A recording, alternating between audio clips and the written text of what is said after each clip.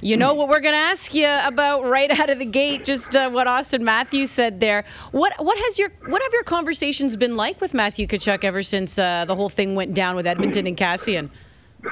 Well, to be honest, we haven't talked a whole lot about it.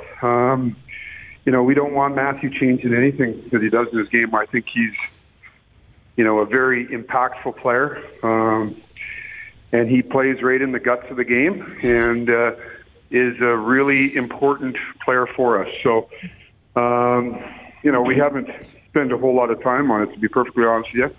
We're getting ready for, as a group, we weren't very good in Montreal, so our focus is the game here tonight in Toronto, and not all the other stuff that's out there. But we know we got a big test here against a real good team tonight. Wow, I'm going to make a big declaration. I love you, Brad. Guts of the action, impact player. We're going to worry about tonight's game instead of worrying about next week. I mean, all the drama that goes with it. Oh, I love it. I think he's too competitive. I think you got to stop him from being too competitive. You don't want that stuff. I mean, he drags everybody into it, and I can, as you can probably attest, Craig, there's 30 other managers who would love to have him on their team, so we're pretty lucky. Yeah, and Drew Doughty would love to have him on his team too. Yeah. Hey, you know what? Just a quick question. I know you love Calgary, but aren't you happy you're not there? I talked to my wife today. Did you talk to your wife? What is it, like minus 30? I've gotten a few texts, and I've gotten, the best part of it, I think when we go back, it's 2 above, so I'm going to say, well, I don't know what all the whining's about here. So, Yeah, I've gotten a few messages, Craig, so we're in the right spot here. We got to hang tight for a few days. Yeah, we do, yeah. You have to be careful, boy. See, I know, as my husband works in sports as well, but because he's in soccer, they're going to be leaving shortly for California, and they're gone for a month. And Brad, I kid you not, that's always when we get the coldest weather here. It's when we get the snow dump, and then when he comes back home, we'll get a little bit of above zero, and he'll be like, "What's the big deal? I don't get. I'm going to murder him, Brad." Yeah, I know. Well, we had I got two daughters, and yesterday was since we've been in Calgary, the first time they got school canceled because of cold, not snow, just cold. Wow. So. We're picked a good time to be out of town. So I'll just be quick on this, Brad. But my oldest daughter, she never had a school cancellation because of weather, snow or cold. And she sends me a note yesterday, going, "Can you believe they canceled school today?" she's mad that because she walked uphill both ways to school. Now these new kids, I was laughing. Soft new kids and all the things that they get. Yeah. So ever since Geoff Ward stepped behind the bench, how positive has that been for you as you're, working with somebody that as an assistant now steps in as a head coach, and you can have those conversations, things that he might have been thinking about doing that he's doing, and watching your team perform to a very good level?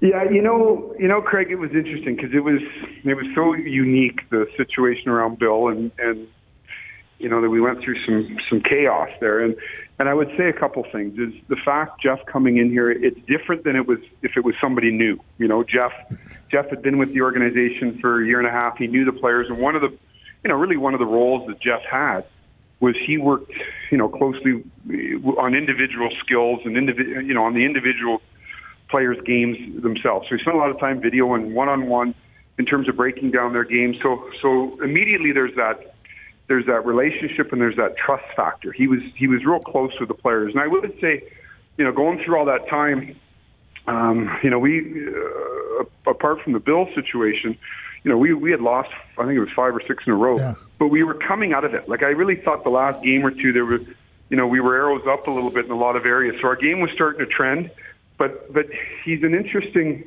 he comes from a teaching background. So he's a teacher by trade. And that's just in his nature. He's always teaching. And I think in any walk of life, when you're there working with somebody, you may have your own ideas of how you want to tweak things. And I said that to him day one. I said, however we've done certain things, or technically how we play, or systematically how we play, those are things that are, let's sit down and talk about it. And just because we've done it a certain way doesn't mean we have to continue to do that. So he hasn't been shy of saying, okay, I'd like to tweak this, and he has changed some things around, more so on the way we defend and those types of things. But you have to give him a whole lot of credit, and the players credit, that coming through that chaotic time, and we've had stretches or games here where we haven't been our normal selves, and I pointed the game in Montreal on Monday, but he's done a really good job, and the team's responded to him for sure. How important, I mean, you have a lot of experience in the game and, and management with different coaches. How important is it for you to, when you go into these conversations with your head coach and your coaching group as a whole, to consider different ideas, for you to encourage for them to consider different ideas, and for you to hear what they're trying to do and really work at it to come out on the other side much better? Well, I think it's really important, Craig. I think it's really important that you challenge each other, and you have to have an environment where nobody should be muted in terms of thoughts or ways that we can get better. And I firmly believe that because you do it a certain way that. The old adage, if it ain't fixed, it means you're just not looking hard enough. And, or if it ain't broken, you're not looking hard enough. And so I think there's always ways that you can challenge each other and ask why and ask why not. And that's really what, I think, Geoff and I had a lot of those good conversations is, we had a team that had a really good season last year and the start of our season this year was marked probably more than anything by just inconsistent play. We'd be good one night, poor the next.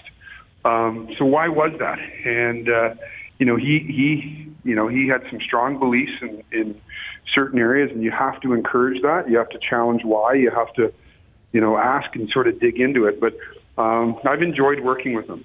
Like I said, the teaching background. There's a cerebral piece to him, and he's really relationship driven. I mean, the group was.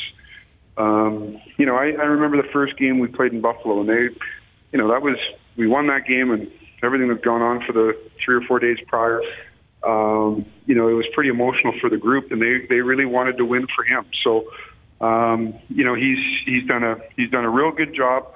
But I love the ability for him to, always look at ways, and just because we've done it this way, or we're maybe having a little success with this way, there's always ways to get better. Brad Treliving, GM of the Calgary Flames, joining us here on Leafs Lunch. How crazy has it been this year compared to last, just even in your own division? Also, just the recent news with Vegas, but yet they're right in there too. When you're talking about relieving Gerard Gallant, but how different is it with just how tight it is and seeing teams like Arizona right now currently leading? How different is that even from last season? Well, I think our division is. You look at the teams and. I don't know if there's. I mean, you can be in first place and end up in fifth, and when you wake up the next day. But you look at Arizona, you look at Edmonton, you look at Vancouver. Those teams have significantly improved from a year ago. Obviously, Vegas is a real good team, and you go right up and down the division. It's a battle each and every night, and it sounds cliche-ish and motherhoodish, but it's. If you don't play well, if you're not prepared, if your goalie is the second best goalie on the ice, any of those things, you're probably not going to win. And it's highlighted in our division probably more than everything, where it's just so tight, and I don't see it changing. I don't see it. I don't see anything changing here for the. Till we get to the end of the season. And our the message we would talk to our players, you have to be aware of the situation. You have to recognize the situation you're in and know what's going on. But, the focus can't be about anybody else. It's just got to be on what we do. And you can't get wrapped up in every day in standings and all those. We will know exactly what's going on. And like I said, I don't see this changing here between now and the first week of April. So, it makes it even more important that each night you go and prepare and be prepared and committed to put the best game on the ice you can and have success. Before we let you go, we started off talking about Matthew Tkachuk. I'm just curious, though, because we know, based on some of our insiders here, that personnel from Edmonton has reached out to the league just to talk to them. I'm curious if anybody from the league reached out to you just to talk about the situation and if they did say anything about it. Yeah, I mean, those conversations I'm sure are going to happen as we lead up to the game after the break. But we didn't have anybody that was up for any supplemental discipline, so there wasn't any talk of that. But I'm sure the game on the 29th will get everybody's attention. But we got a lot of heavy lifting to do before that. So we'll have our sights and our attention turned to that once we get through the break and get ready for the 29th. Yeah, and right now you're getting ready for it tonight. Brad, thanks so much for taking the time. You bet. Thanks, Andi. Brad. Thanks, Craig.